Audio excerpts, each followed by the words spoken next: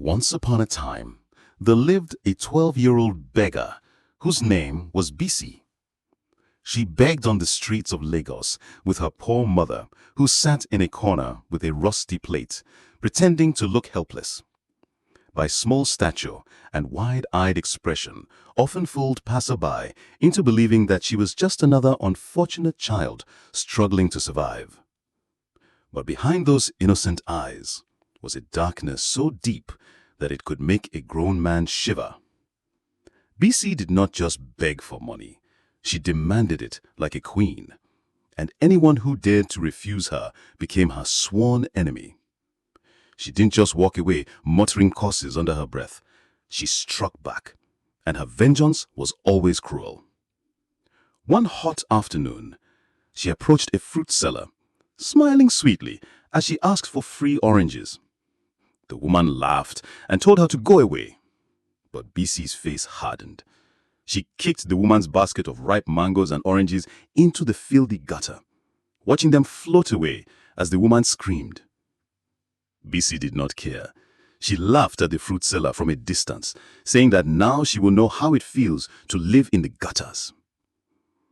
The fruit seller's knees weakened as she watched her hardened mangoes and oranges swirl in the dirty water, bumping against empty sachet water bags and scraps of nylon.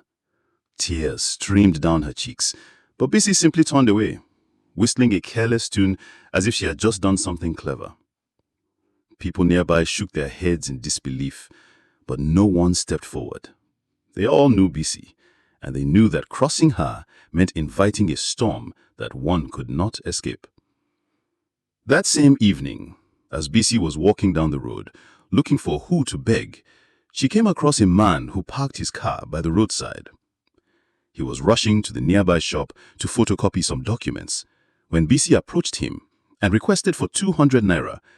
Her tone made the man look at her confused. BC was not pleading for money. She spoke with so much authority in her voice that an absolute stranger would think that she gave the man some money to keep for her. The young man, hearing the entitlement in her voice, ignored her completely and walked into the shop to photocopy his documents. He had the business meeting in 2 hours and had to hurry up because of the Lagos traffic. After photocopying his documents, he rushed back to his car to realize that his car tires were flat.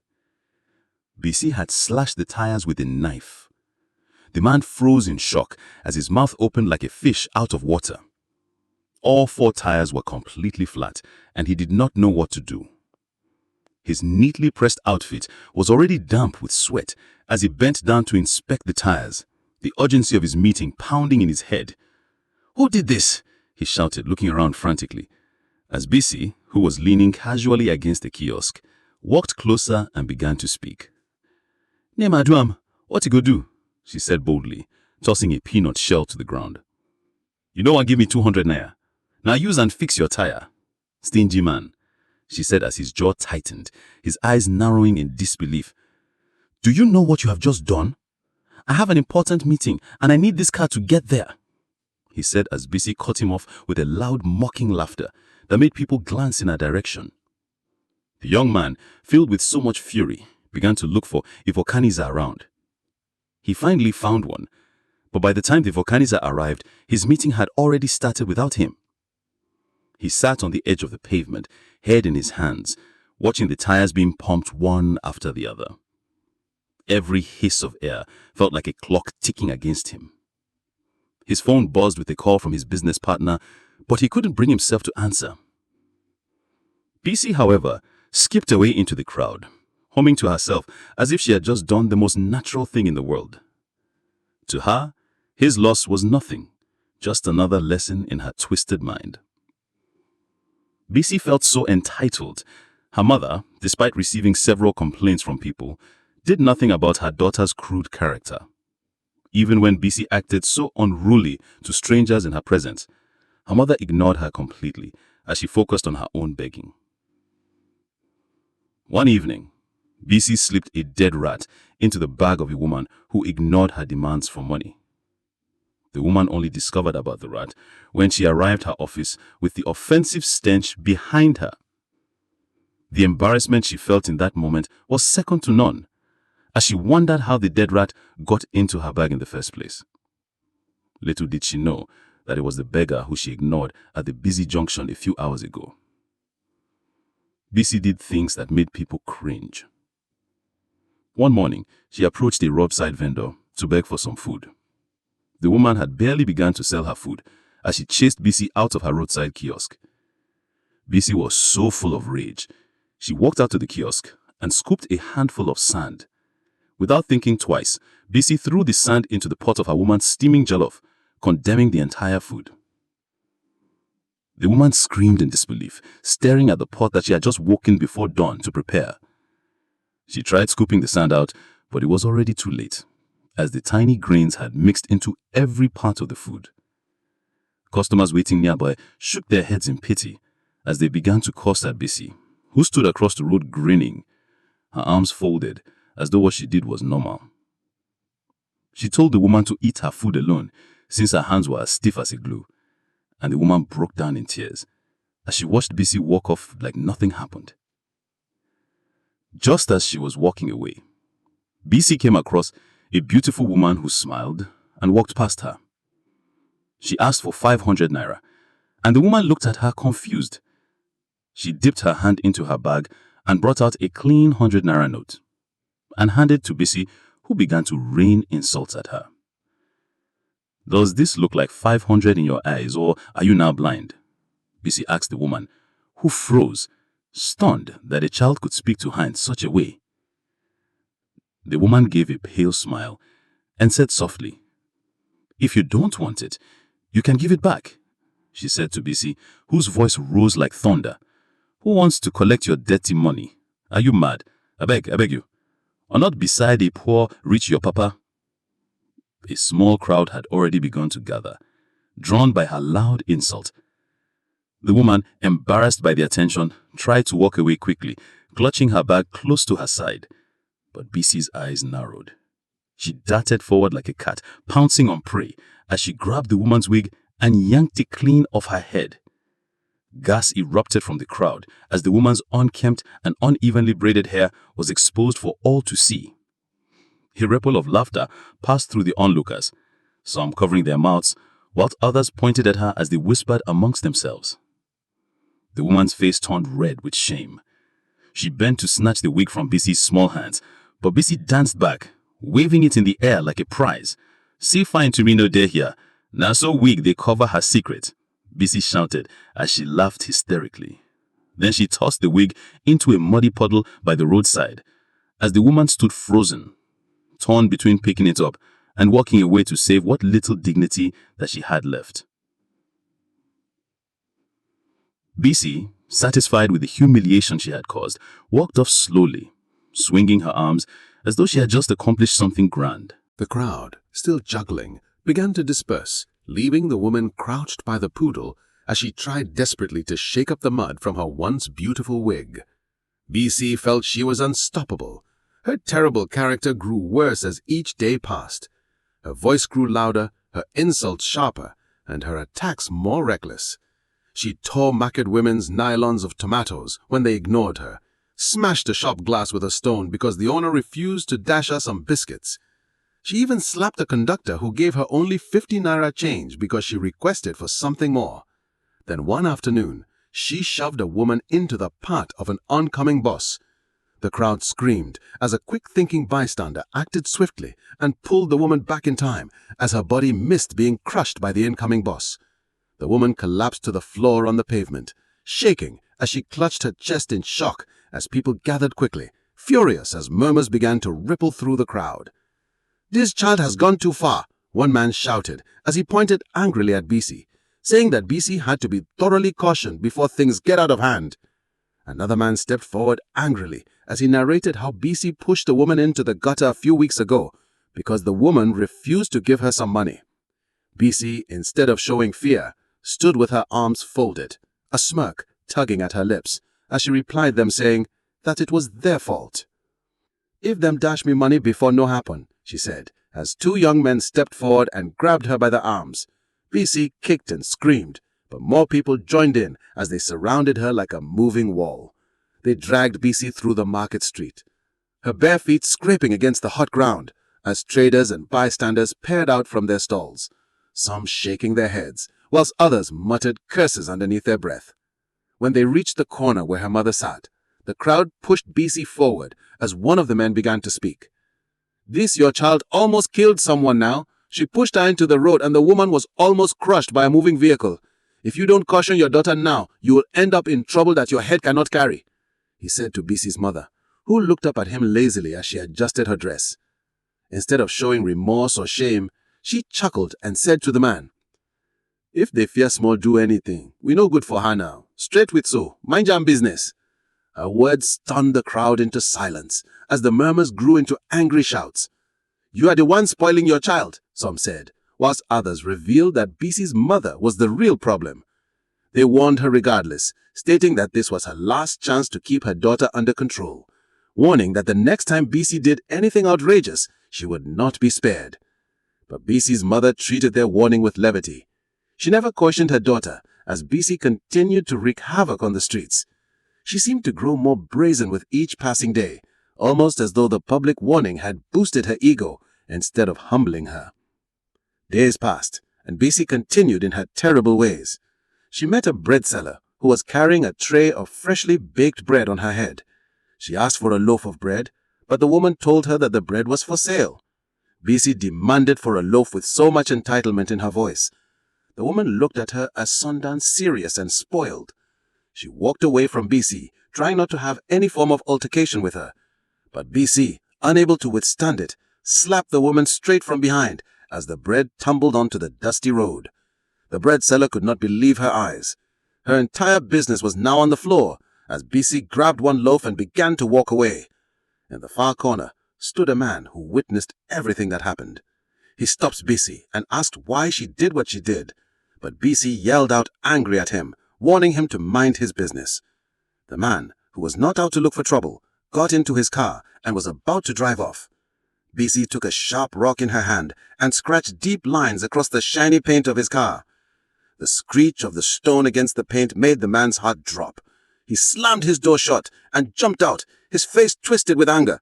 "Are you mad?" he barked, marching towards her. As BC moved back in fear, she threw herself to the ground, her tiny hands clutching her chest, and she began to scream at the top of her lungs. "Kidnap! Kidnapper! Help me! He wants to kidnap me!" The words tore through the busy streets like fire on grass. As heads turned, traders abandoned their stalls, and within seconds, a crowd had formed. The man froze, his anger replaced by extreme shock. "What? No, she's lying. I didn't try to kidnap her. She just scratched my car," he said, but his voice was drowned out by the angry voices of the mob. Street boys surged forward, their faces burning with rage at the thought of a child being harmed. They grabbed the man by his shirt, punching and kicking him before he could even explain himself. "Kidnap for our street," one shouted, revealing that today will be the last day that the man ever kidnapped a child in his life. His pleas for mercy fell on deaf ears, as someone brought out an old tire, shoving it over his shoulders. A bottle of petrol appeared, and before he could take another breath, the tire was set ablaze. The bread seller tried to stop them, but the people did not listen to her. They believed the child, whom they thought was innocent. Flames rolled around him as he collapsed to the ground, screaming out in agony. BC stood from a safe distance, her arms folded, as she watched the man go up in flames. She had done terrible things before, but this was the darkest of them all. She had sent an innocent man to a horrific death, and she felt no remorse at all, only a cold, twisted satisfaction that the man deserved what he got for poking nose into her business. After what had just happened, one would think that BC would change, but this did not happen, as BC was not the kind to learn lessons. If anything, the death of the man seemed to embolden her further. However, the police raided the scene. Their sirens whirred through the streets as uniformed men poured into the area shouting for people to come outside. It turned out that the man they burned down was not just anybody. He was the only son of a highly influential businessman who had deep political ties. The news spread like wildfire, and the weight of his father's name sent a wave of fear through the community. "Everybody here will answer for this," one officer backed as they went from door to door, dragging out young men and questioning shop owners, demanding to know what truly had happened. Luckily, they found a recording of everything that happened. The men responsible for the incident were all arrested, and the police began to search for BC. Her mother, on hearing this, took BC and fled to a faraway place. She could not risk them arresting her daughter, so she decided to change location to a place where no one knew who they were. They slipped into the back of an old truck, heading out of Lagos. The journey was long and dusty, but BC's mother did not mind.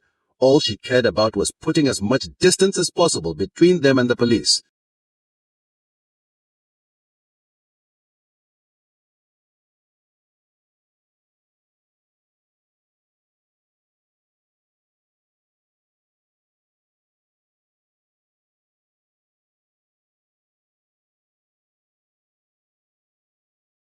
They arrived, a small town on the outskirts of Ibadan, where no one knew their faces, their names, or the dark trail that they left behind. Her mother wasted no time. She picked a busy market corner and sat with her rusty plate. Bissy, on the other hand, resumed her own begging. For the first few days, people pitied and gave her money, but it wasn't long before the real Bissy came out. She met a meat seller who sold suya by the roadside. Bissy begged the man for some suya, with the same arrogance that she had used to beg for money, and the man informed her that his suya business was not for dash, and that if she had money, he would sell to her. Bissy stood there and watched as the man sprinkled some pepper on the customer's suya. Fueled with so much rage, Bissy flung his pepper seasoning into his eyes. The man maintained a sense of calm that was so terrifying before he finally disappeared before her eyes. Terrified, Bissy ran to her mother, but before she could explain anything, her body began to change. Her fingers curled into hooves, her skin sprouted cow's hair, and her voice turned into a bleating cry. Within moments, Bissy had transformed into a goat. Her mother screamed out in terror as she wondered what could have happened. Bissy did not have the time to tell her mother what she did before turning into a goat. Her mother sat there terrified as Bissy continued to bleat and bleat as if she was explaining what had happened to her. However, her mother could not understand a word. From that day on, Bissy lived her life as a goat. She wandered the very streets that she had once terrorized. People treated her like an animal, and the power she believed that she had vanished before her eyes. Gone were the days when she could bark insults at strangers or destroy someone's goods without fear. Now, children threw stones at her, chased her away from food stalls, and mocked her with the same cruel laughter that she once used on others. Bissy had no voice to defend herself, no arms to fight back, only the helpless bleating of a goat. Her once proud eyes now darted with fear whenever she saw a human pass. Each day, hunger gnawed at her belly as she searched for scraps, chewing on paper and dirty leaves as the taste of warm suya, ripe mangoes now became a memory. One cloudy afternoon, as Bissy sat in the corner of the street with tears streaming down her goat's eyes, an old woman passed by her and stopped, her wrinkled gaze piercing deep into Bissy's soul. "I know who you are," the woman said in a low voice as she continued to speak. "The streets remember Bissy. Every cruel act, every wicked word, they don't vanish. They follow you, waiting for the day you will answer for them." Bissy froze, her heart pounding. The old man crouched beside her as she continued to speak. "There's only one way for you to return to the girl you once were, but it is almost impossible." She said to Bissy, who she told, that her curse can only be broken when a kind stranger invites her into his or her home and feeds her some food. Only this unusual level of kindness will be able to break the curse that had kept her bound. Bissy, on hearing this, rushed to her mother to inform her of the solution, but her mother could not understand a word that she was saying. So Bissy decided to do it on her own.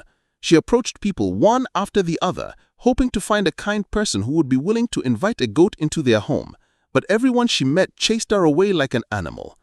Bissy even began to run into the homes of people uninvited, but the people hurled huge sticks at her as they chased her out.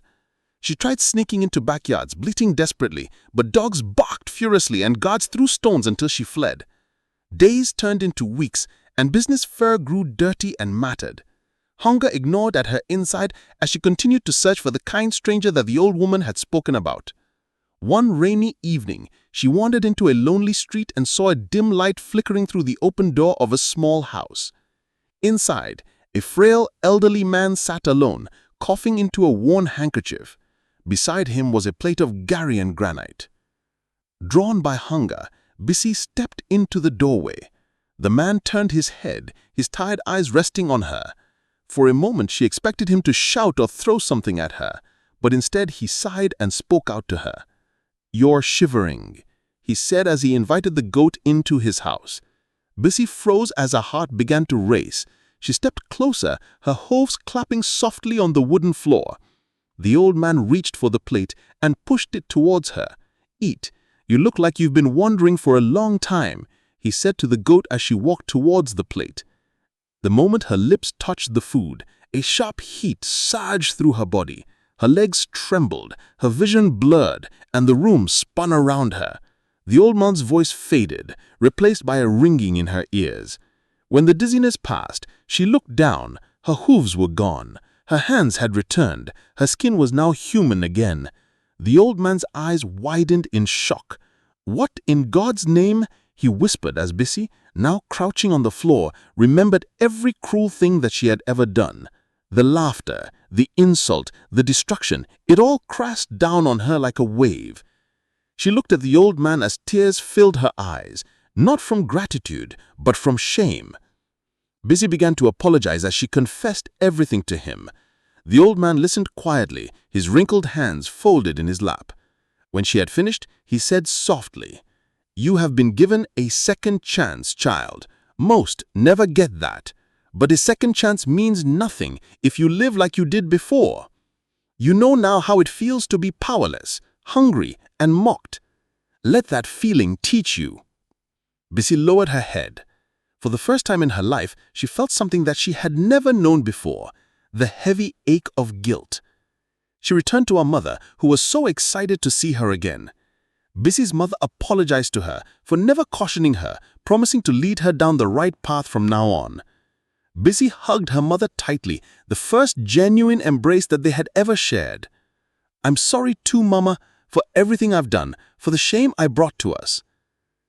From that day on, Bissy changed completely. She no longer demanded money or food with arrogance. Instead, she offered to carry loads for traders, sweep the front of their stores, or fetch water from the well in exchange for some money or food. One day, she met the woman who mistakenly dropped her purse. Bissy returned the purse to the woman, and the woman, moved by her sincerity, changed their lives completely. She took them away from the street and transformed their lives for the better. She gave them a small house and opened a small business for Bissy's mother. She also put Bissy in school, and Bissy's life changed for the better. She learned her lesson the hard way and promised herself never to be arrogant again in her life. The lesson to be learned from this story is that the way you treat others when you have power will be the same way life will treat you when you have none. Cruelty may make you feel strong for a moment, but always plants seeds that grow into your own suffering. Kindness, however, builds bridges that can save you when you need them most. Business story teaches that no one is too far gone to change, but change only matters when it's backed by humanity, remorse, and the willingness to do better. And above all, it reminds us that every action, good or bad, returns to the one who sent it. I hope you enjoyed the story.